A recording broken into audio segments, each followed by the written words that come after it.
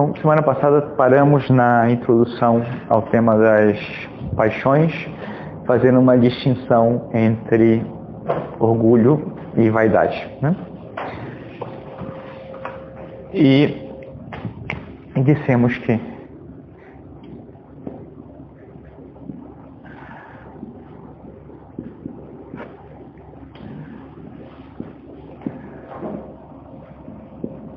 o orgulho e a vaidade seriam as duas únicas paixões dominantes, e são dominantes porque dominam, porque estão na causa de todos os nossos pecados. Elas em si mesmas não são pecado, mas são uma tendência que nós temos a um pecar, e a um pecar de determinado modo. E não adianta simplesmente rotular e dizer, já entendi que é vaidade sempre, ok, é importante entender isso, mas é importante entender como a vaidade acontece em mim, como o orgulho acontece em mim, e acontece em mim de uma maneira diferente de como acontece em outras pessoas. Tá? Estamos aqui falando de autoconhecimento espiritual, que é uma ferramenta para santificação, é uma ferramenta para amadurecimento afetivo, para que nos descobramos e também descobramos o plano de Deus para nós. Okay? Então, vamos entrar aqui já no prático, como se dá o egoísmo e, portanto, como se dá o orgulho e como se dá a vaidade em nós. Okay? Fizemos uma introdução do que seriam aspectos gerais do orgulho e da vaidade no último encontro, e agora vamos falar sobre manifestações. As manifestações podem ser as mais variadas e podemos inclusive encontrar, por exemplo, na lista da vaidade, manifestações que para nós são manifestações de orgulho, já vamos entender como isso pode acontecer, e o contrário também. Eu descobri que a vaidade é minha paixão dominante, mas quando eu leio na lista do orgulho algumas manifestações, entendo que elas acontecem comigo. Será então que eu sou orgulhoso também? Não é que seja também orgulhoso. Existe uma única maneira como se dá essa soberba ou esse egoísmo. Essa manifestação é expressão da mesma soberba, mas é um mecanismo só, né, de soberba. Então vamos lá. O que significa independência para um orgulhoso? Lembre-se que o orgulhoso ele se considera sempre como princípio, primeiro princípio. E se existe no orgulhoso essa tendência a julgar os outros inferiores ou considerar-se como o absoluto, lembra que a gente falava das prateleiras, né? E que o orgulho era justamente esse ignorar as outras prateleiras e ver o próprio através de uma lente de absoluto, uma absolutização da própria experiência, da própria visão, da própria opinião.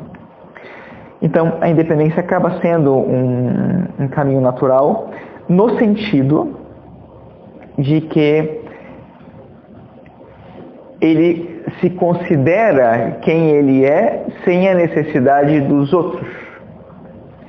Ele não percebe que, para, por exemplo, ter uma opinião, ele precise dos outros. E aí você vê muitas vezes no orgulhoso tentando encontrar uma independência, por exemplo, em relação a uma família, em relação a uma equipe, porque ele vê que, de alguma maneira, os outros oferecem contraponto para a percepção dele, para a maneira dele de ser. E a independência faz com que ele caminhe mais tranquilo. Ele vai ser muito mais sereno sendo independente, porque como ele não precisa dos outros para ter a sua opinião, sua visão, ele pode descartar os outros. Nesse sentido. Essa independência, na verdade, é uma independência de uma certa comodidade, de uma fuga da influência dos outros, da influência supostamente negativa, como se ele realmente não precisasse de ninguém, o que não é verdade. Ninguém vive sozinho. O orgulhoso, ele tem uma maneira de depender dos outros. Mas a dependência que ele tem dos outros é de uma confirmação daquilo que ele pretende ser, daquilo que ele vê, daquilo que ele sente. Não é que ele precisa do reconhecimento, como seria o caso da vaidade, do vaidoso. Ele precisa se afirmar, e nesse sentido ele precisa que os outros percebam o ponto dele. Mas, quando existem contrapontos, a tendência é que ele crie uma independência e se afaste, porque assim é mais tranquilo para ele. Então ele prefere caminhar sozinho, aparentemente. Tá? Em algumas ocasiões vai preferir caminhar sozinho nesse sentido. Me incomoda, não está de acordo, vou sozinho. Não dependo de você, não preciso de você. É claro que ele precisa, só que ele precisa de você concordando com ele. Ele precisa de você bajulando ele. Então a independência não é absoluta. Existe a independência de conveniência.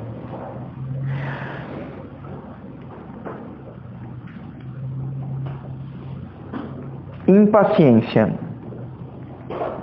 Bom, a impaciência é algo muito amplo, né? O mundo hoje é impaciente, as pessoas hoje são impacientes. E essa paciência que a gente está acostumado a ver, ela não é necessariamente manifestação de orgulho. Ela sempre vai ser manifestação de soberba. Porque se houvesse um equilíbrio, uma serenidade, não haveria impaciência. Se houvesse um amor pleno, uma liberdade plena, então não haveria impaciência. Então, de alguma maneira, ela é manifestação de soberba, mas é claro, agregada a uma série de outras coisas. No caso do orgulhoso, o que provoca impaciência? Provoca impaciência o que se opõe à sua maneira de ver e de pensar. Tá? Só que quando a gente fala em impaciência, a impaciência é uma coisa tão ampla que pode ser difícil entender de que maneira acontece o orgulho no orgulhoso através da impaciência, porque ele vai dizer, mas é que tudo me deixa impaciente. Mas é que, sabe, o sol nasceu e isso me deixa impaciente. É que, sabe, é difícil, às vezes, porque ele percebe que tudo deixa impaciente. Então é importante entender o esquema da impaciência. Por que te deixa impaciente? Vamos lá. Se eu sou o princípio de todas as coisas, a impaciência terá a ver com algo que se contraponha a esse ser princípios de todas as coisas. Ou seja, algo que se contrapõe aos seus valores básicos essenciais, como são, por exemplo, a opinião, seus próprios planos, seus próprios tempos, sua maneira de perceber as coisas, e tudo que provoca incômodo. O que provoca incômodo, né? E também uma coisa importante aqui, né, nós falávamos que ninguém é um orgulhoso perfeito, porque existe amor em todos nós. E ninguém ama de uma maneira perfeita, porque sempre existe soberba em nós. Okay. Isso significa que cada atitude, cada decisão nossa está impregnada de amor e de soberba. Tá? E por isso muitas vezes é difícil identificar o fundo, a razão pela qual realmente atuamos. E aqui, na impaciência, é importante prestar atenção se de verdade eu atuo porque algo me incomoda. Muitas coisas nos incomodam. Mas pensem, um exemplo para mim muito fácil é de uma mãe. Tudo bem? É uma mãe que dá uma bronca no seu filho. E você fala, é normal que uma mãe dê uma bronca no seu filho? Sim, é a coisa mais normal. E é normal que uma mãe dê uma bronca no seu filho por uma causa justa? Sim, totalmente normal. E seria bom uma mãe que nunca desse uma bronca no seu filho? Muito estranho. Porque muitas vezes você precisa fazer notar com o seu tom de voz e com o que você diz que o que a criança está fazendo não corresponde àquilo que ela deveria fazer. O que ela está fazendo é ruim, ou o que ela está fazendo é perigoso, pode prejudicá-la ou pode prejudicar alguém. Então a bronca é uma maneira de eu fazer ver à criança que o que ela está fazendo não é bom. Mas se existe egoísmo, então existe um priorizar o meu bem em detrimento do bem do outro. E muitas vezes o ponto de partida da bronca pode não ser o bem da criança, pode ser o meu próprio bem. Por que me incomoda? Por que me incomoda? Porque esse moleque está fazendo essa malcriação e aí eu passo vergonha diante das outras pessoas. Ele está fazendo, uma coisa aqui perigosa. O que acontece? Então eu vou ter que deixar de ver minha televisão para poder dar atenção a esse menino. Por isso me deixa impaciente, porque me incomoda. Me incomoda porque me tira da minha comodidade, me tira algo, né? Me tira da minha comodidade, me tira do meu plano, de repente coloca em contraposição a minha opinião, ou me faz perceber um defeito, aí me incomoda. E aí a impaciência. Né? Depois eu vou tentar seguir o seguinte esquema. Eu disse a vocês que a impaciência também acontecia na vaidade. Quando estiver na vaidade, a gente fala sobre impaciência na vaidade. Agora, vamos ver no orgulho, tá?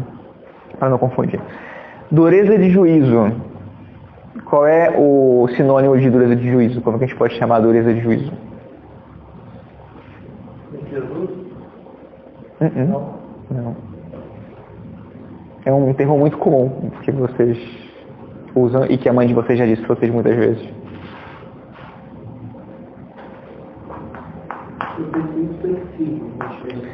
Inflexível, sim. Inflexível, sim. Sim, ser duro de juízo, inflexível.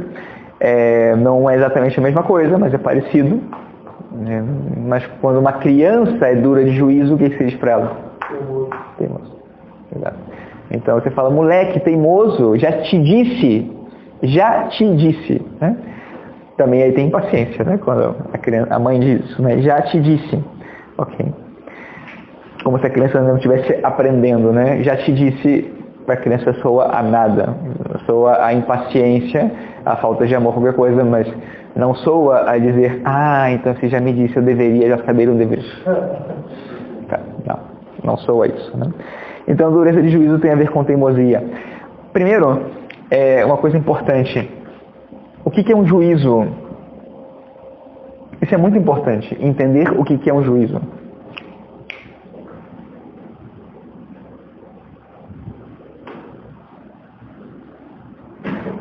O que faz o juiz?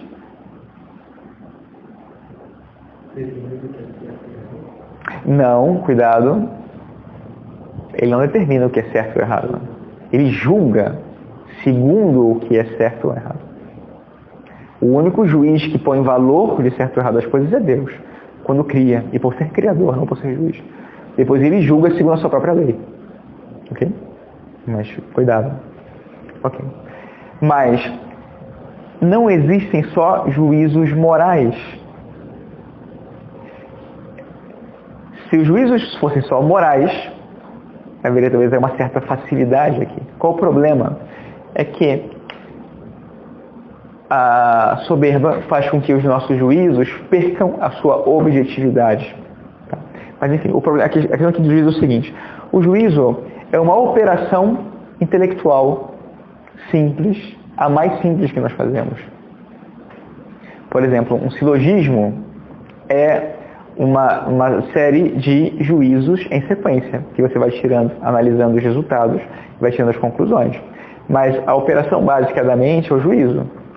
O juízo significa atribuir a um sujeito, a um ente, qualquer, um atributo, uma característica, uma qualidade. Né? Dizer, essa parede aqui, ela é cinza. A gente pode até discutir sobre a coisa dessa parede, mas o fato é que cada um vai emitir um juízo a respeito dessa parede, depois a gente vai ver o que é mais razoável, tentando encontrar a perfeita relação entre a realidade e o nosso juízo. Quando nós emitimos um juízo, existe na verdade uma busca pela verdade. Eu não quero emitir um juízo falso. Eu estou buscando a verdade das coisas, então eu vou ficar mais satisfeito quando os conceitos que eu tenho na minha mente daquilo que eu abstraí da realidade correspondem ao que eu sou capaz de perceber da realidade. Então, se eu quero dizer que, sei lá, isso aqui é branco, nesse piso é branco, essas cadeiras são cinzas, vocês são chatos, existe uma busca pela verdade, ok? No juízo. Dureza de juízo. Por que existe dureza de juízo? Porque existe uma inflexibilidade em relação a prescindir daquilo que eu percebo. Se sempre o que nós percebêssemos fosse objetivo, não haveria problema de dureza de juízo, porque os juízos todos coincidiriam com a realidade. E, portanto, entre todos. Hoje no futebol de manhã teve uma discussão muito séria por causa de um pênalti. E passaram meia hora depois discutindo se era criança ou não era criança. Terminou o jogo e continuaram discutindo se era ou se não era. Se todos vissem a mesma coisa, não tinha discussão. Um juízo objetivo. Foi ou não foi? Bateu na mão ou não bateu na mão? A regra é tal, ok, resolvido. Equação montada, tal, todo mundo viu a mesma coisa, resolvido. O problema é que não é simples assim. Cada um tem uma experiência, cada um tem um critério.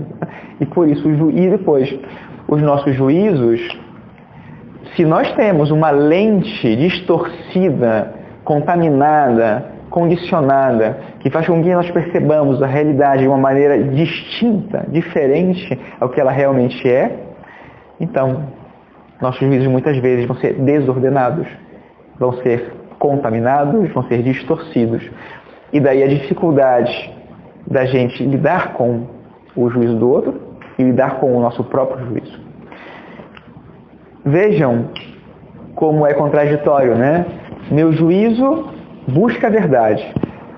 Quando alguém me faz ver que o meu juízo não corresponde à verdade, o que acontece? Eu não aceito.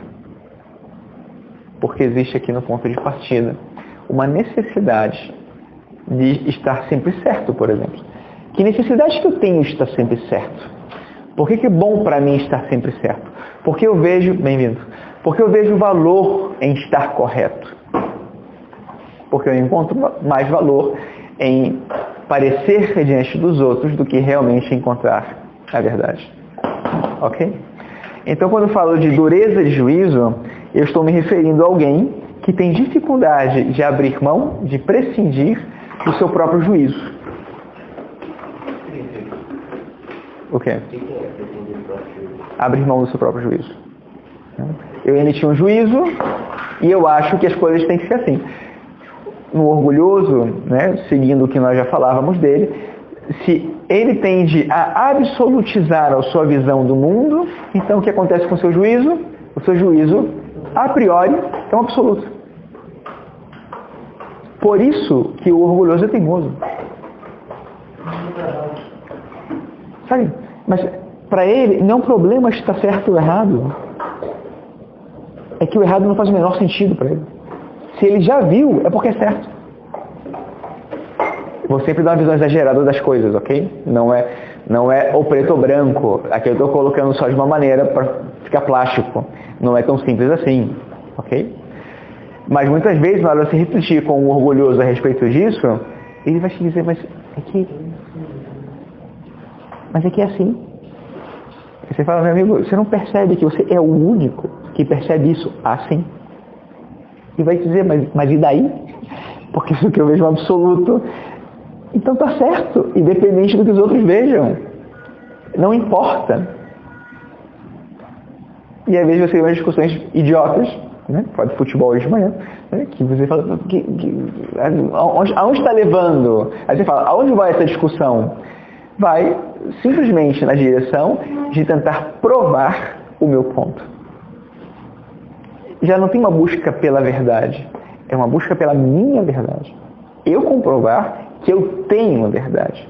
E para o orgulhoso isso é um fato. Como é que se lida com isso? A gente chama de teimosia quando é criança, né? Mas a gente aqui está chamando de dureza de juízo. Essa expressão é interessante porque a gente entende realmente o que está no fundo. Este dureza de juízo porque tem uma dificuldade de renunciar à própria visão. E é porque a minha visão é absoluta. Ambição.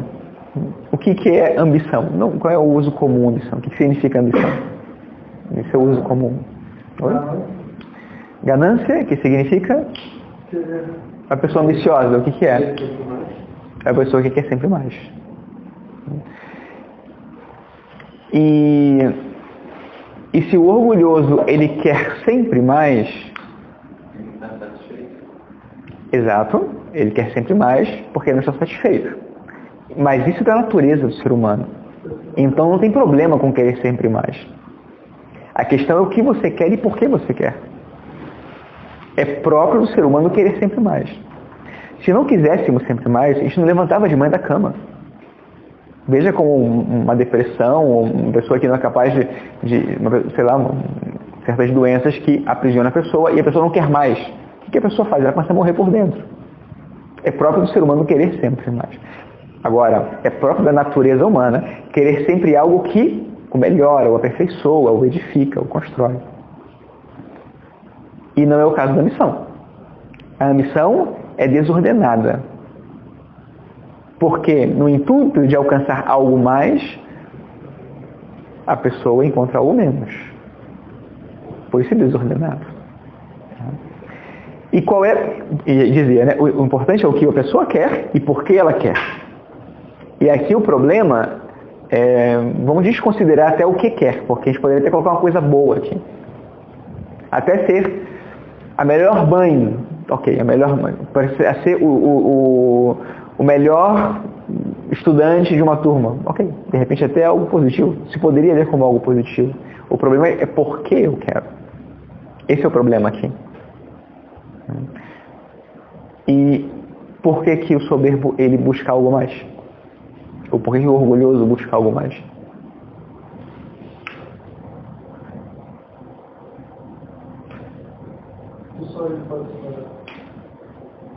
Porque só ele pode ser o melhor.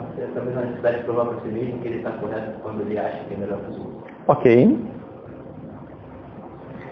Para provar para si mesmo, antes nós dizíamos a necessidade de confirmação. Não de reconhecimento, mas de confirmação. O reconhecimento não faz sentido porque ele é o absoluto, então ninguém tem que conhecer nada. Mas ele precisa confirmar que ele tem razão, de que isso é para ele. E aqui também entra a questão de merecimento. É que se isso existe e isso faz alguém melhor, eu sou melhor, isso é para mim. Ok? Embora não exista né, aparentemente o sistema de comparação, é claro que ele compara, porque ele está considerando que esse bem o faz maior do que.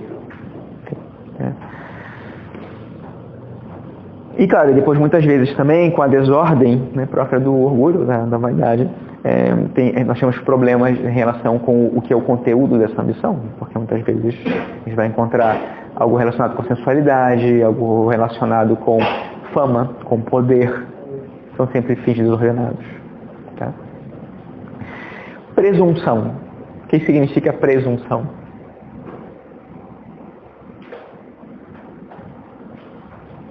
Se ajuda a perceber a gravidade da presunção, o Catecismo da Igreja Católica diz que a presunção é um dos pecados contra o Espírito Santo.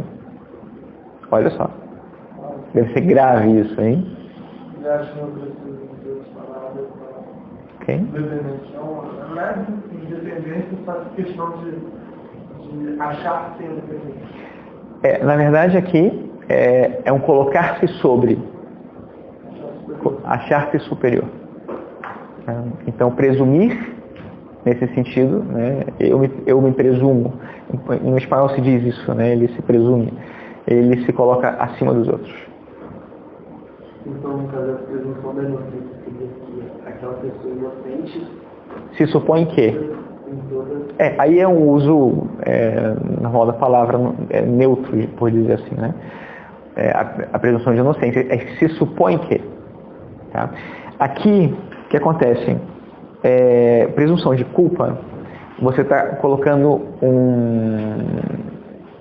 uma palavra que define, no caso da presunção, tá? Quando a gente usa só presunção, então isso se refere ao próprio sujeito, ao ser dele. Ele supõe que ele é maior do que os outros. Seria uma autopresunção ou alguma coisa assim. Tá? Presunção de culpa significa que se presume que o sujeito é inocente, mas aqui não. Aqui se supõe que ele é culpado porque é presumido. Né? Então ele se considera superior aos outros. Ele supõe que ele é melhor do que os outros. E por que isso é um pecado tão grave? Lembre-se que quando alguém tem uma manifestação de soberba, ou digamos assim, se eu sou orgulhoso, o meu modo de ser é orgulhoso, a minha maneira de perceber o mundo é segundo o orgulho. Isso significa que em cada relação eu sou orgulhoso, porque o sujeito, eu, sou sempre orgulhoso. E eu não deixo de ser orgulhoso porque hoje acordei de bom humor, sou um orgulhoso de bom humor, mas orgulhoso. Tá? Então, nas relações essenciais, eu me coloco sempre orgulhoso. Quais são as 3 relações essenciais? Quais são as 3 categorias de pessoas com as quais sempre nos relacionamos? Deus. Comigo. O próximo. Okay? Então, tem gente que diz, mas é que, puxa, com Deus a minha oração é tão linda. E depois chega em casa esculachando a esposa e assim, tá legal. Então, com Deus, comigo, com o próximo. Então a presunção é muito grave, porque esse sujeito, ele se coloca acima de Deus. E se ele se coloca acima de Deus, ele considera que a graça de Deus é insuficiente para ele. Olha que problema sério. Se a graça é o que salva, e eu digo, não preciso do seu favor, não preciso da sua graça. Você faz impossível a sua própria salvação. Por isso é tão grave. Tá? Triunfalismo. Isso é interessante, né? É aquela pessoa que se faz notar pela sua capacidade, né, de sempre mas demonstrar isso, né, de fazer ver que a sua vida é uma grande competição, é um filme, né, digno de um Oscar, e a pessoa passa por ali, né, com essa atitude de conquista, né, de que vence, de que o que ela faz é heróico e tal. Né? Isso se nota muito quando, não sei se aconteceu com vocês, né? Seguramente sim. Às vezes eu lembro de uma amiga minha, né? Não sei qual era a paixão dominante dela, né? Mas quando às vezes a gente estava conversando e de repente ela começava a contar uma história, ela dizia, não é, André, você lembra? Eu digo, gente, não estava esse dia, não é possível, eu não estou lembrando disso. Era uma coisa tão triunfalista e tão grande, assim, que dizer, gente, metade disso eu não lembro. Não. E a pessoa exagera, né? E faz ver de uma maneira assim. Aí você fala, nossa, que exagerado, né? Que exagerada. Então, essa maneira de ver triunfalista, por exemplo. E vejam como é uma distorção. A pessoa perdeu a capacidade de perceber com objetividade a realidade. E faz juízos que não correspondem. E emite juízos que não correspondem sobre o mérito que ela tem. O triunfalismo tem a ver com o mérito que ela tem em relação com as conquistas, com as coisas que aconteceram.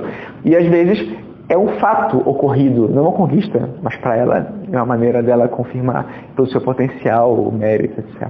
Eu lembrei de um amigo, um rapaz que convivi durante um bom tempo, que ele para ele, assim, ele parece que a vida dele é uma injustiça muito grande, que ele é um herói da vida dele. Sabe? E aí quando ele vai contar sobre as outras pessoas, as desventuras que ele teve, ele faz um personagem totalmente assim, que se você não conhece a pessoa, você acredita nele. Você não basta conhecer a pessoa, você vê, cara, é impossível essa pessoa ser do jeito que ele falou, sabe? Totalmente. É o jeito de ver um orgulhoso. Sim. Tu começa a enxergar, talvez falar brasileiro, mas tu começa a enxergar o mundo de um jeito que só você vê e não existe. Na verdade, é a maneira como você se vê no mundo e o mundo em oposição a você. O mundo como o hostil, o injusto e tal, e você como aquele que consegue mesmo assim, né, superar, triunfar, o herói. Tá? JG, quer dizer alguma coisa? Não.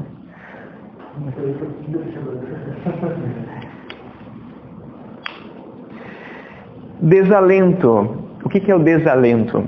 Bom, desalento. O que é desânimo? Isso enfim, não é doença isso, né? Mas pode ser manifestação de orgulho.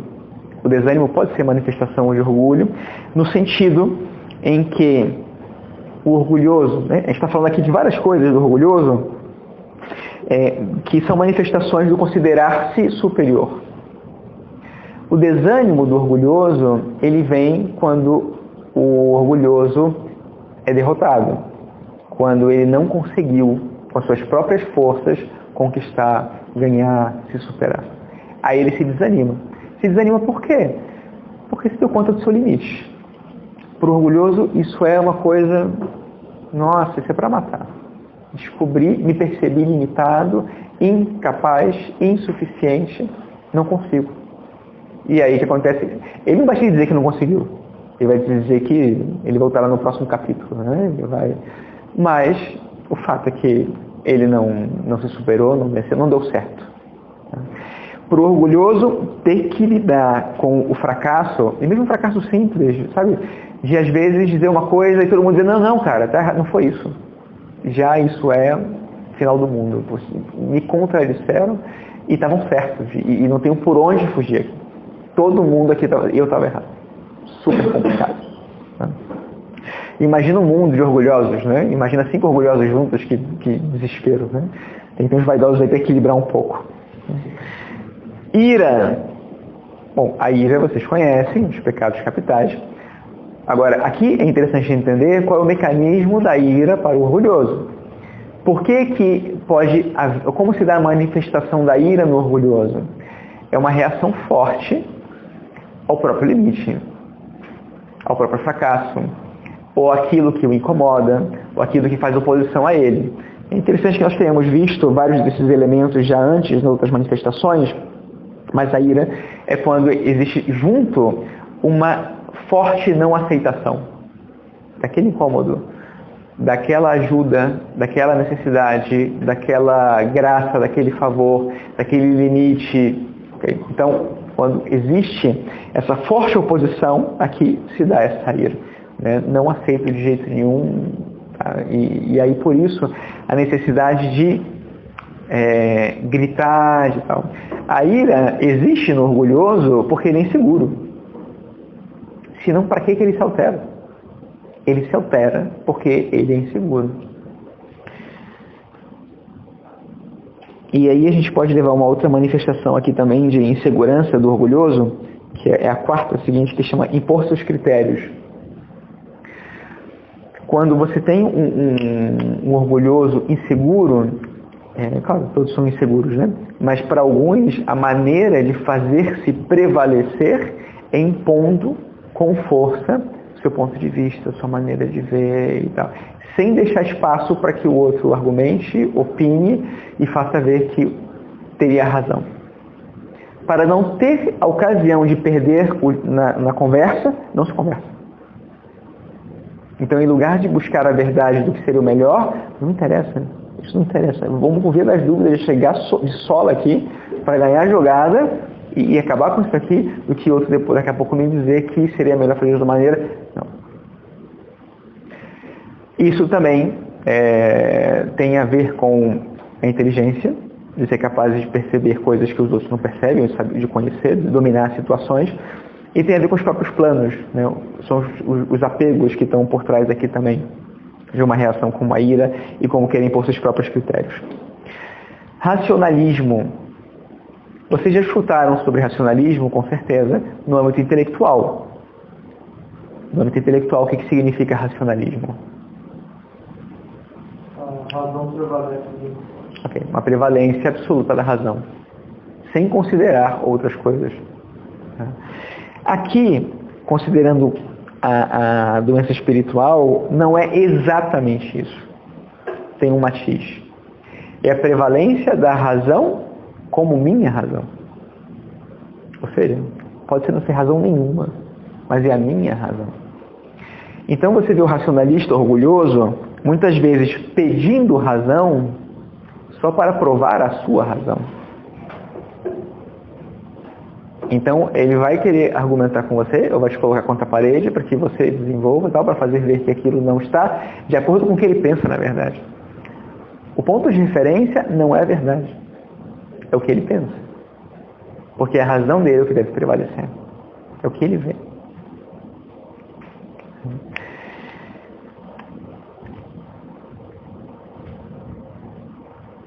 Por exemplo, o que seria uma manifestação de racionalismo, por exemplo, no Reino Cristo, ou dentro da Igreja Católica, né? Um católico racionalista. Ele poderia ser capaz de para ele mesmo e para outros, mudar os parâmetros, por exemplo, morais ou da fé, para ajustar a fé, a própria moral, ao que ele vê, ao que ele percebe, ao que lhe convém. Então, em lugar dele fazer um esforço por se conformar com o ideal, ele pega o ideal, desfaz o ideal e produz o ideal segundo aquilo que ele vê, o que ele gostaria, o que convém a ele. Então, um orgulhoso aqui, talvez, na reflexão sobre estatutos do Reino Krishna. Ele vai chegar aqui, enfim, uma coisa que poderia acontecer é, claro, normalmente você tem que ser sutil, isso não é assim, não é escrachado como eu estou falando aqui. Mas ele poderia dizer, não, eu acho que o carisma do Reino Krishna não é a formação, lançamento de líderes, que a gente vai inventar uma outra coisa, que é a percepção do que ele viveu fora, e ele quer chegar aqui dentro e ter essa percepção que os outros vejam que ele vê. Então, ele é capaz de querer mudar todo o entorno e a percepção de todos, porque o que ele vê é diferente. E vai impor a maneira dele de pensar, tá? A partir da experiência dele. Brusquidão, a gente já comentou em Por Seus Critérios e a Ira. A brusquidão seria essa maneira de tratar as pessoas sem gentileza, sem delicadeza, mas pela mesma razão que a gente colocava aqui antes, né? Então, uma pessoa brusca é que não se importa com o outro, e por isso... E não se importa por quê? Porque o absoluto é ele, os outros que se danem, e por isso ele se permite ser brusco. Tanto faz. Não tem problema de ser brusco, porque na verdade o que os outros pensam, sentem, sofrem, não importa. Autossuficiência tem a ver com o tema da presunção, e significa eu me basto. Isso eu diria que é uma das características ou manifestações mais essenciais do orgulhoso. Não preciso. Não. Posso te ajudar? Não preciso. Não precisa me ajudar. Porque eu dizer que preciso de ajuda significa não ser autossuficiente. E a autossuficiência é um valor. É natural. Eu não preciso. Vamos rezar para pedir a Deus. O que ele vai me dar que eu não posso conseguir eu mesmo? Não preciso. Então, por isso, o orgulhoso tem muita dificuldade com a ajuda que os outros podem oferecer e com que os outros possam ter uma razão diferente da dele, uma ponto de vista diferente dele, uma verdade diferente da sua. Muito complicado isso. Porque ele se basta. Isso, a autossuficiência se explica porque ele se vê como absoluto. Essa é a razão, né? Qual é o problema de ser absoluto? Que absoluto é só Deus, né? Não cabem dois absolutos no universo, né? Eles se excluem. Como mais provavelmente é Deus, esse sujeito não é Deus, né? Desejo de vingança. O desejo de vingança vem também daquilo que nós chamamos de orgulho ferido, né? Seria muito bom ter orgulho ferido aqui nessa lista. Porque, vamos lá, nessa lógica que a gente acabou de comentar, que sentido faz o desejo de vingança? Por que ele tem que se vingar? Porque ele tem que estar por cima? Ok, e daí? Alguém mostrou para ele que ele não é o melhor. Ele tem que mostrar para aquela pessoa que ele é. Ok.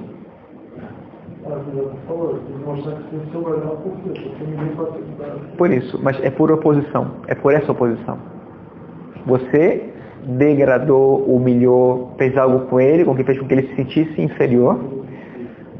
E agora ele precisa confirmar, mas você é a referência para confirmar que você não é bom assim, porque ele é melhor e ele vai te devolver. É orgulho ferido também. Você o confrontou com a sua limitação. Na verdade, a humilhação é isso, para ele, né? Você o humilhou porque você fez bem com que ele não é perfeito, que ele errou, que ele tal, né? Então merece vingança. Claro, haverá muitas vezes ocasiões em que alguém realmente fez algo ruim contra ele. Mas o problema não é o ruim ou não ruim. O problema é que foi algo que colocou ele diante dos seus limites e que fez com que ele se sentisse inferior ou que contradisse a perfeição que ele acha que tem. Esse é o problema, de fundo, aqui. Impor seus gostos, tem a ver com impor seus critérios, né? Mas impor seus gostos, aqui está, digamos, um no âmbito da razão, outro no âmbito de sentimentos e sensações. As coisas têm que ser como eu gosto, porque o meu gosto também é um absoluto. Então,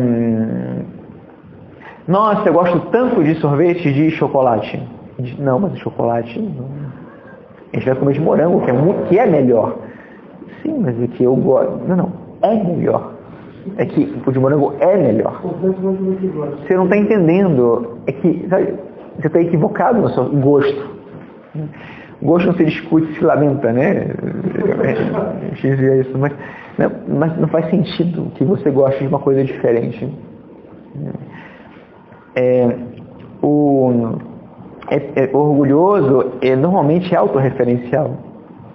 E aqui entra a autorreferencialidade dele. A experiência, a história, a sensação dele é um absoluto. Sabe, ele já teve, claro, terá a memória afetiva de que foi a mãe dele que deu sorvete de morango para ele no momento difícil da vida dele e lembra a superação e tal. A questão para ele é que ele teve a experiência, ele entende como que você não pode perceber da maneira que ele percebe. Tomar a palavra, isso aqui é consequência também de ter a razão, ou de não querer perceber a razão, ou precisar impor seus critérios, seus gostos. Então ele toma a palavra como se ele tivesse o direito. É assim, se você não está percebendo o que ele percebe, ele tem o direito de tomar a palavra. Ele tem? É o que ele acha. Se vocês não estão percebendo o que eu estou percebendo, eu tenho direito de ensinar a vocês na hora que eu acho que eu tenho que ensinar a vocês. Então vocês fiquem quietos. Eu vou dizer a vocês como isso é assim. Agora, também tem isso, né? Dentro de um círculo de pessoas, a experiência dele também, tem a ver com o triunfalismo aqui, é a mais válida de todas, é a mais heróica de todas, é a superior em relação a todas as outras. Então, nada mais natural que ele tome a palavra para fazer ver essa superioridade dele. Está todo mundo aqui dizendo que conseguiu subir, né, a Pedra da Gávea. Ele subiu o Kilimanjaro. É aquele que, né, todo mundo contou alguma coisa que aconteceu e eles, e eu que... Todo mundo conhece alguém assim. Né? Mas é que comigo... É que,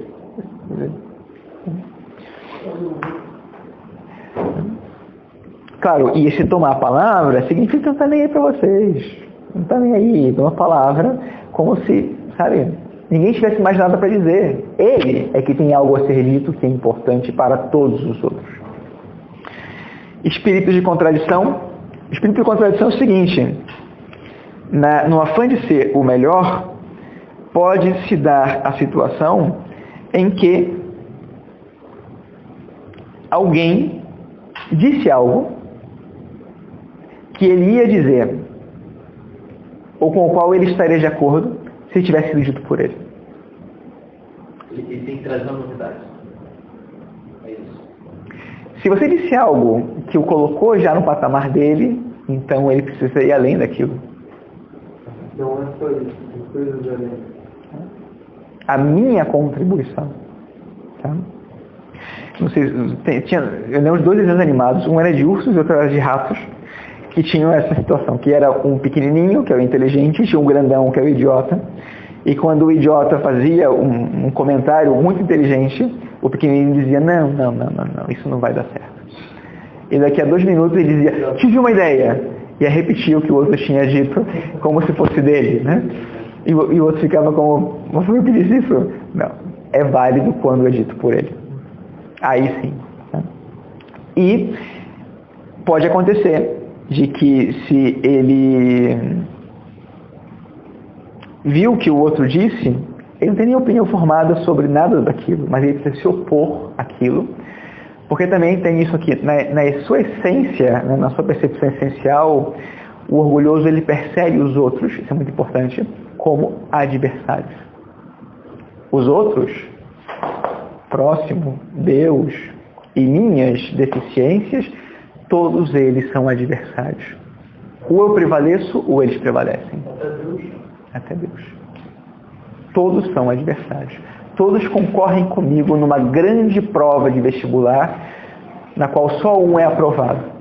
Só um pode ser melhor. É como o Highlander, né? Só pode haver um. Né? E esse um tem que ser eu. E por isso a dificuldade de lidar com o sucesso do outro. Com que o outro faça algo que melhor do que... Com que o outro dê uma boa ideia. Esse é o problema. É que o outro não está complementando algo que eu preciso. Não está cooperando comigo. O outro é um adversário. Ele tem que ser detido. Ele tem que ser vencido. Tá? E daí o espírito de contradição. De fazer ver. Né?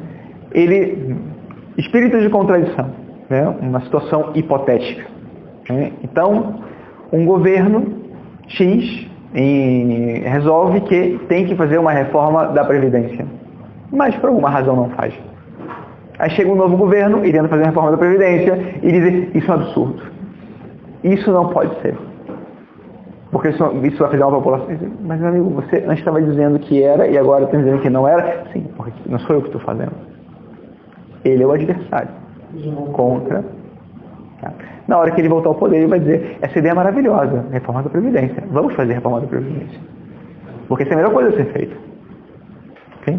Desculpa, eu não sei quem torce para que partido aqui, mas é só um exemplo de alguém que muda de opinião porque é o contrário que dá a mesma opinião.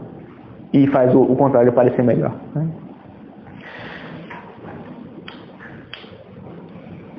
Juízos temerários. De novo falamos de juízos. Né? Já expliquei o que é o juízo. O juízo temerário, enfim, é temerário porque ele teme, é possível que ele não corresponda à realidade. Normalmente, nós falamos de juízos temerários que são negativos. Um juízo temerário, por sua natureza, poderia também ser positivo, mas normalmente são negativos. Os juízos temerários, aos quais normalmente nos referimos numa confissão. Como é que isso poderia ser positivo?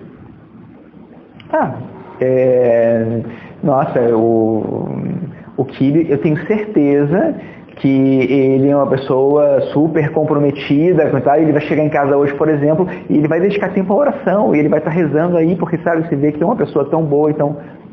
Eu não sei. Faz a minha ideia, mas a sua vez. Eu não sei. Então, claro, é positivo enquanto que, de repente, está presumindo pela sua boa fama. Aí sim, positivo nesse sentido. Mas é claro que é negativo enquanto que... O que eu estou querendo com isso? Se eu não sei se é verdade, para que eu digo isso? Tá? E nesse sentido é sempre negativo. Porque se eu não sei se corresponde à realidade, o que eu estou buscando com isso? Seguramente não é a verdade. É outra coisa que compense e tal. Então, os juízos temerários, eles são juízos negativos que denigrem a imagem das pessoas sem que se saiba, na verdade. Sem que se saiba. Eu não sei. Vou apresentar para ele.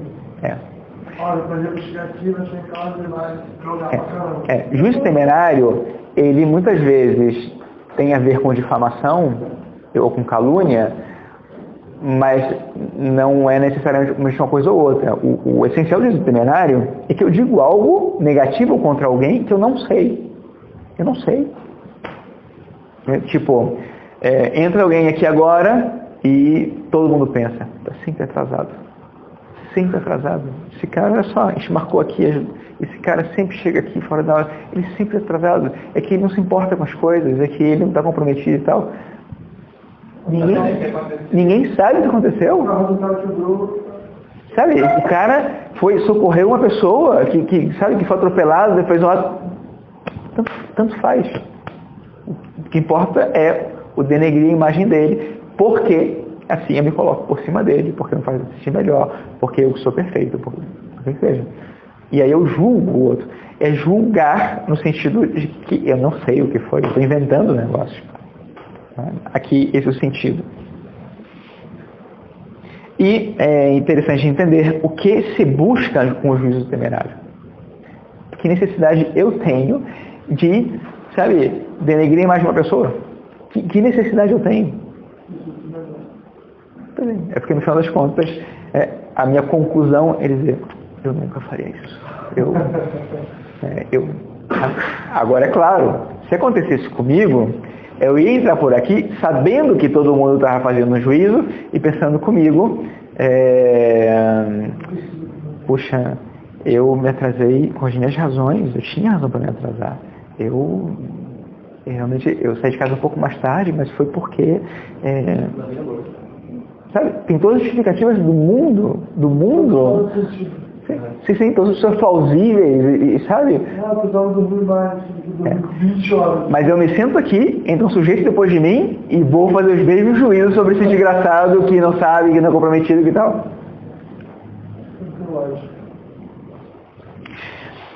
E uma vez eu escutei uma coisa que para mim faz muito sentido. Acho que foi Dom Henrique Soares que disse isso. Que ele diz, a gente julga muitas pessoas, né? E parece que a gente se deleita com o pecado que as pessoas cometem, com o mal que as pessoas fazem. E ele dizia, quando um ser humano cai, todos caem. Nunca deveria ser motivo de alegria para uma pessoa no mundo que outra tenha feito algo errado. Jamais. Porque quando um cai, todos caem. O mal que uma pessoa faz, inclusive para si mesma, afeta a todo mundo. Mas claro, se para o orgulhoso esse sujeito é o adversário dele, então ele está justificando a sua própria atitude. Depois, impõe as regras do jogo, tem a ver com o que a gente já tinha comentado anteriormente, né? As coisas têm que ser da maneira dele, seguindo o modelo dele. Rebeldia. A rebeldia aqui tem a ver com o que nós comentávamos lá no início, da independência. Só que a rebeldia é uma reação forte a alguém.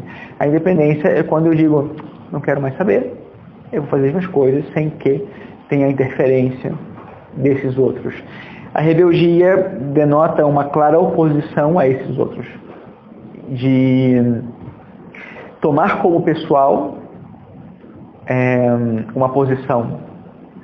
Mesmo que o outro tivesse adotado uma posição por perceber um bem naquilo, eu o considero como adversário, eu me oponho a ele, porque o que ele está dizendo vai contra a minha pessoa. Como se fosse pessoal, e não é pessoal muitas vezes. Nunca é pessoal, na verdade. Mas assumo aquilo como pessoal, e então fico essa rebeldia contra um sujeito que normalmente está numa posição superior. Né? A rebeldia se dá normalmente contra um patrão, contra o pai, a mãe. E depois o rancor, que está também no princípio desse desejo de vingança que nós já tínhamos comentado anteriormente. O rancor seria esse orgulho ferido, propriamente. Eu vou me corroendo, né? O rancor, essa corrosão, eu experimento, né? Vou me corroendo, porque fico alimentando. É doentio. Por que eu não esqueço o que aconteceu? Mas não, eu fico alimentando, né? Como aquela provocação, aquilo foi contra mim, para que eu... tal. Mas aí tá, porque eu não esqueço ou a pessoa realmente não consegue esquecer? Será que são diferentes uma da outra aqui? A pessoa não esquece porque não consegue esquecer. Ela não consegue esquecer, em certo sentido, porque ela não quer esquecer. Ela alimenta aquilo. Como que ela alimenta aquilo? Sim, pensando. Mas o que ela está pensando? Vamos ver, vamos tentar refazer a rota aqui do rancor. O que está acontecendo dentro do sujeito? Por que ele tem que ficar lembrando de algo desagradável? Na ideia daí,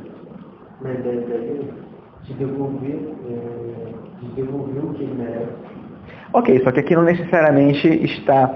A diferença em relação com a ira, do rancor, é que o rancor não necessariamente é ativo. Ele não vai me provocar uma reação como seria a rebeldia. Não necessariamente.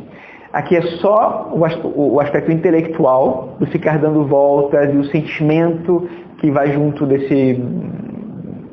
Por que será? Eu percebi muito na ideia de vingança, que seria a ideia de vingança, mas sem você ter aquela possibilidade de vingança. Por exemplo, ele fez um mal comigo, eu não posso fazer o mal para ele. Mas mesmo assim, eu ainda permaneço aquele sentimento que eu quero fazer. Quando eu tiver a oportunidade, eu vou fazer. Considerando fosse uma consequência, não fosse. Sim, ok. A vingança seria uma consequência. Aqui se dá, né,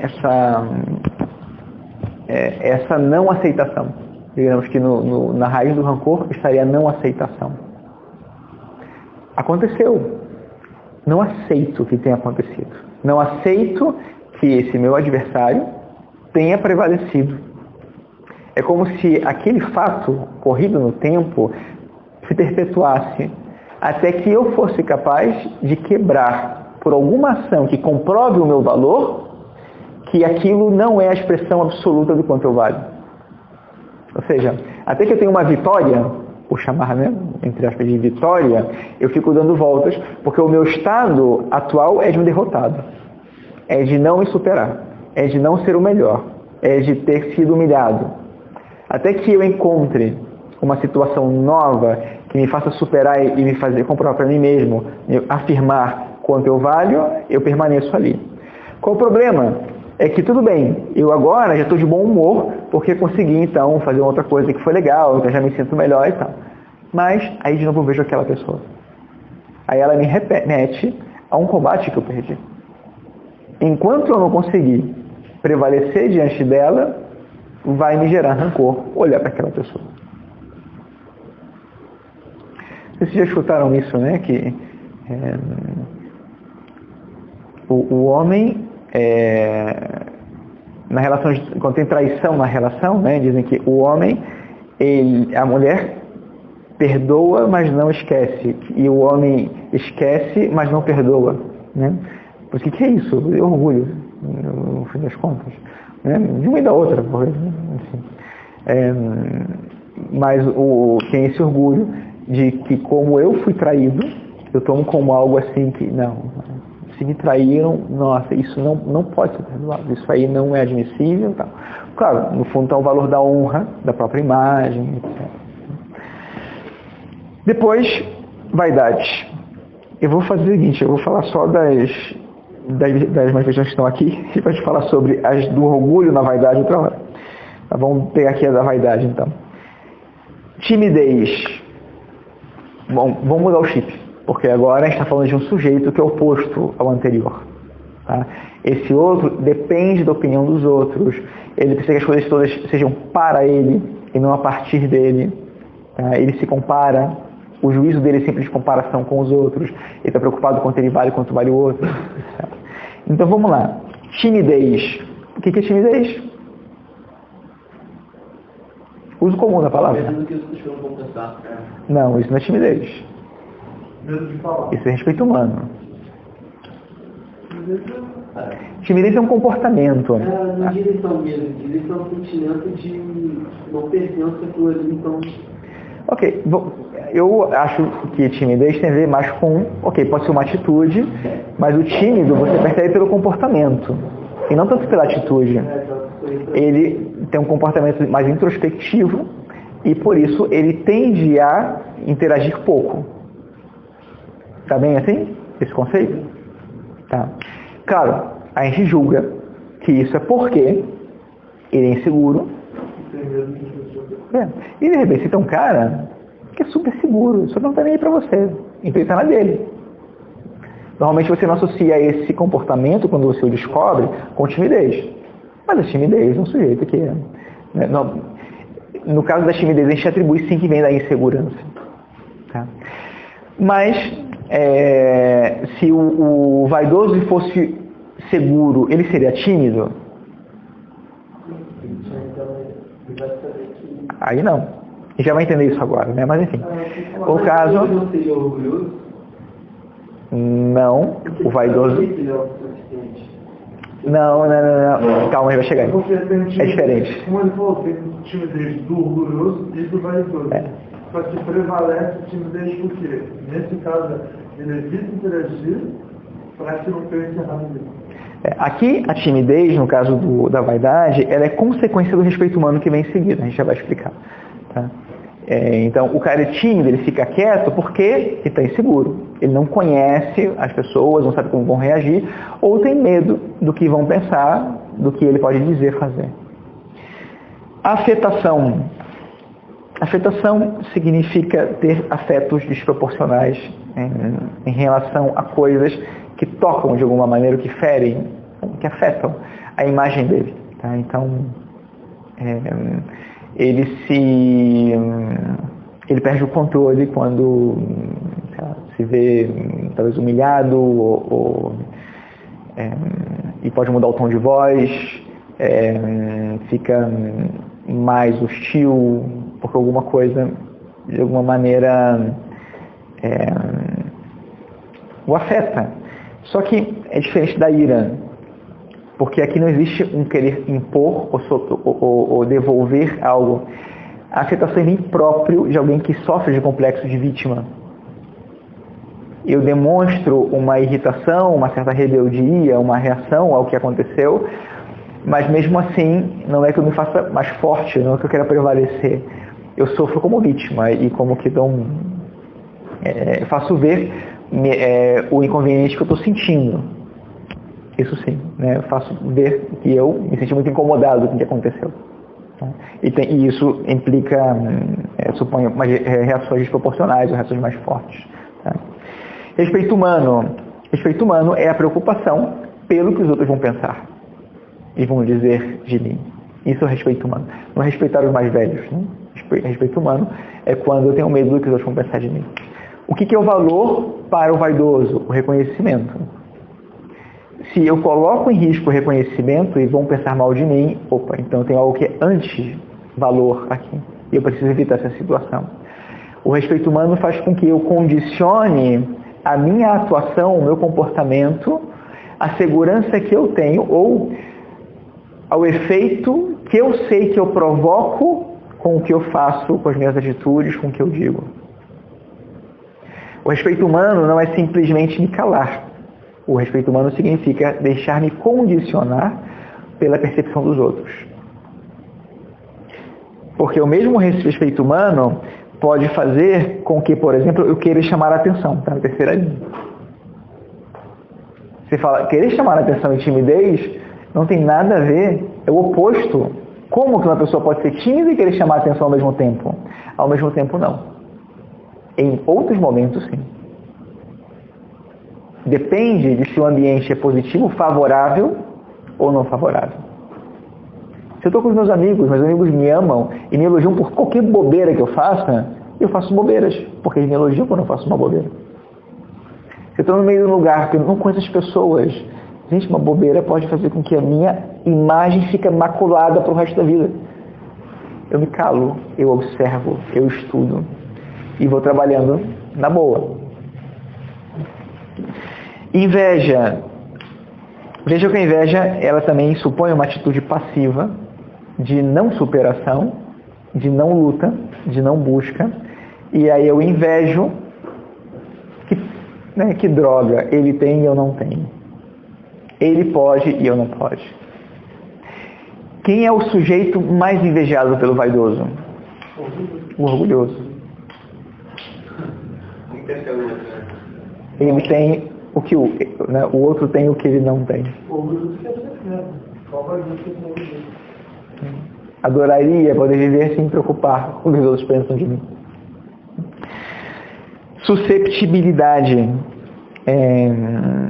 Susceptível significa um pouco a ver com afetação também, só que é mais interior. Susceptível é assim, nossa, o padre entrou aqui hoje e nem me deu boa tarde, será que ele não gosta mais de mim? Será que alguém falou algo meu para ele? Será que... Susceptível. Ou então alguém vem e diz, cara, não faz isso, você não está vendo que está errado. Ai, que droga, puxa vida, eu errei, eu achei que... Nossa, e agora? Sabe, provoca um efeito desproporcional ao que realmente aconteceu e começa a dar voltas e que, será que... Puxa, como é que vão pensar agora de mim? Que droga, tá? Indigno de confiança. Um vaidoso, quando não confia em si mesmo, ele considera, né, ele tem essa dificuldade de que nas relações ele acha que os outros não têm que dar algo para ele porque ele não merece. E aqui entra em jogo uma coisa que é muito importante para compreender a lógica do vaidoso, que é a lógica do merecimento.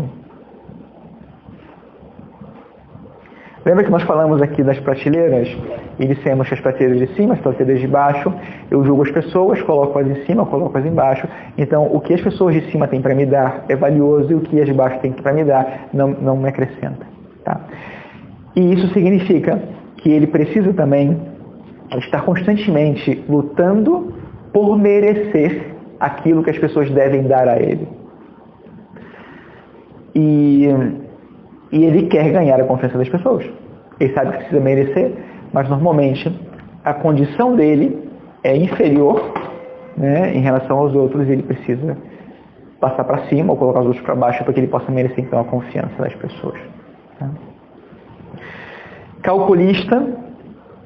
Calculista é um derivado também de respeito humano. Porque já que ele depende tanto do que os outros pensam dele, então ele calcula as suas ações para ter o efeito desejado na percepção dos outros.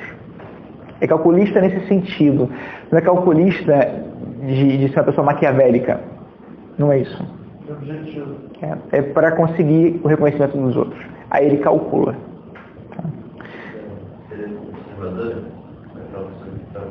Mas ele observa com essa intenção. Não é assim, ele observa. Ele observa e depois é engenhoso para ver a maneira de atuar e conseguir o êxito. Oi? Observador de maneira calculista. Só que é que o cálculo, ele é posterior à observação. Ele observa. É porque o cálculo. É que o cálculo é prático. Tá? A observação é mais de compreensão. O cálculo é como eu vou atuar. Tá? Debochado, que também pode colocar ironia, sarcasmo. Isso aqui pode ir junto.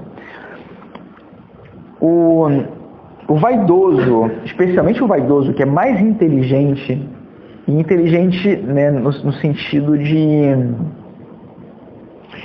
ele tem como valor o ser inteligente. Mais inteligente que os outros. Ele está sempre em comparação com os outros. Então, como ele tem esse valor, o deboche, o sarcasmo e a ironia tem a ver com você ser capaz de prevalecer em relação ao outro, diminuindo o outro, de uma maneira alegre, descontraída e tal, mas você se sente... Na verdade, o objetivo, no fundo, é colocar o outro para baixo. Mas o deboche, ao mesmo tempo, ele coloca a pessoa numa situação favorável, no sentido em que, normalmente, quando você debocha, não é para você entrar em confronto com o outro. Não necessariamente. É como que... Exato. E também você, sabe, o deboche você joga e você sai.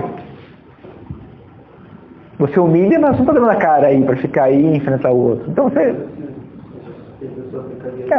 Então você já se colocou por cima, agora você desaparece. Para poder sair por cima. Tá? A ironia é a mesma coisa. O sarcasmo, né? Então, só que a ironia e o sarcasmo, ela tem isso. Tem um gostinho de dizer, eu sou mais inteligente do que ele. Então, um comentário, um pensamento que se coloca aqui faz prevalecer. Ostentação. Pode parecer contrário, por exemplo, à timidez, mas o que é ostentação aqui? A ostentação é porque existe algo no qual eu sou melhor e eu faço ver isso. Eu conquistei isso aqui, agora todos têm que ver. Eu preciso que os outros vejam o que eu fiz. Não é uma autoafirmação, é a necessidade de que os outros me reconheçam. Tá? A hipocrisia, né, tem a ver com falsidade.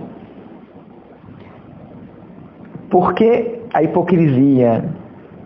Porque se o que ele é não convence, tanto faz, ele mostra outra coisa. O importante é que os outros reconheçam. Então ele pode ser falso, com tal de parecer autêntico. Então ele pode fingir De fato aqui depois acho que aparece dissimulação, farisaísmo, tudo tem a ver com um transparecer algo que realmente não sou. Porque um valor é a imagem. O meu valor não é o que eu sou, o valor é o que eu imagino, o que eu pareço, é a minha imagem, o que eu pareço, o que eu aparento para os outros. Depois, monopolizar o diálogo parece ter a ver com tomar a palavra, que estava lá no orgulho.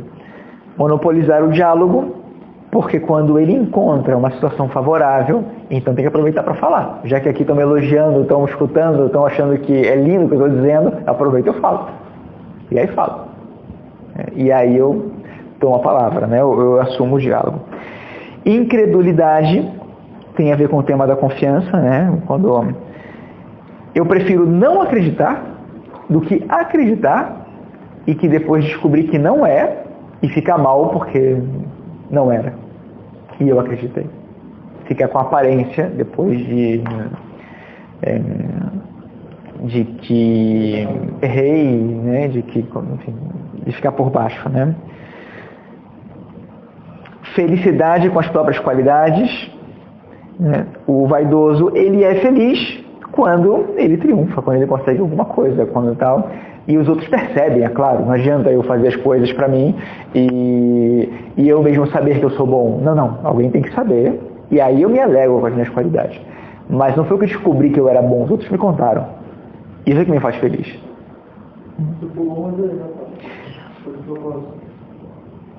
Não, eu pulei porque eu tinha citado já. Hipocrisia, dissimulação e farisaísmo. Tá? Dissimulação e fingimento. Tá? É o mesmo princípio. Isso. Depois, querer chamar a atenção e o interesse dos demais. Isso também é consequência do respeito humano, quando eu me dei conta que o meu ambiente é favorável para mim.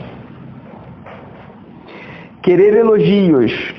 Aqui, junto com querer elogios, a gente poderia perfeitamente colocar querer elogio e evitar críticas.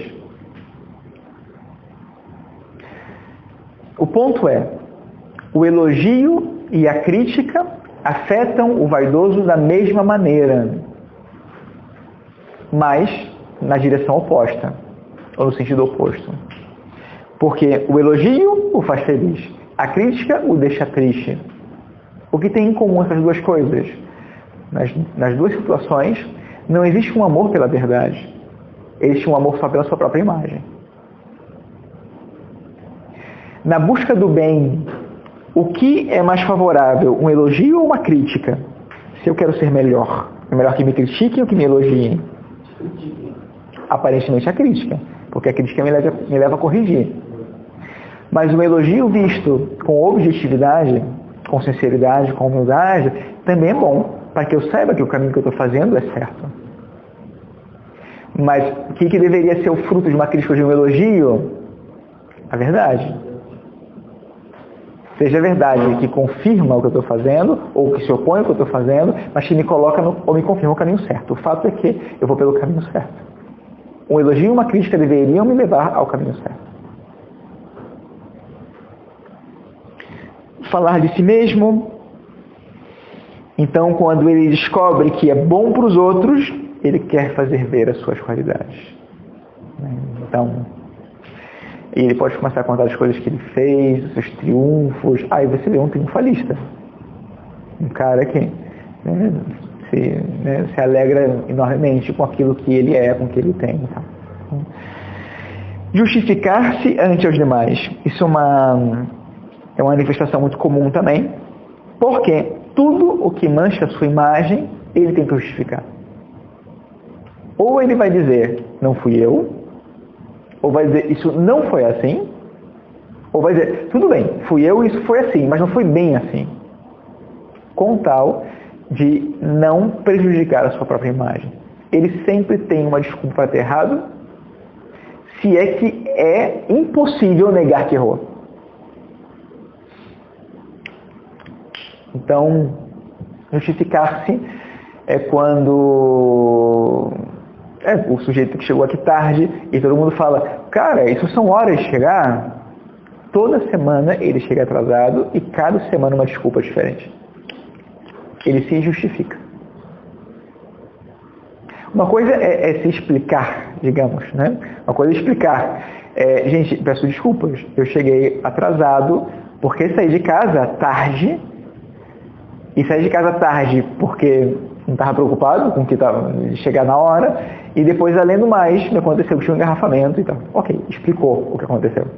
Se justificar, é para tirar a culpa e purificar a imagem. Que não me vejam tão mal quanto se...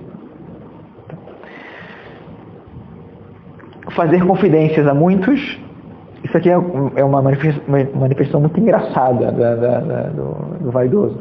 Porque ele te diz assim, eu vou te contar um segredo, por favor, não conta pra ninguém isso. Eu vou contar isso só pra você. Todo mundo já sabe.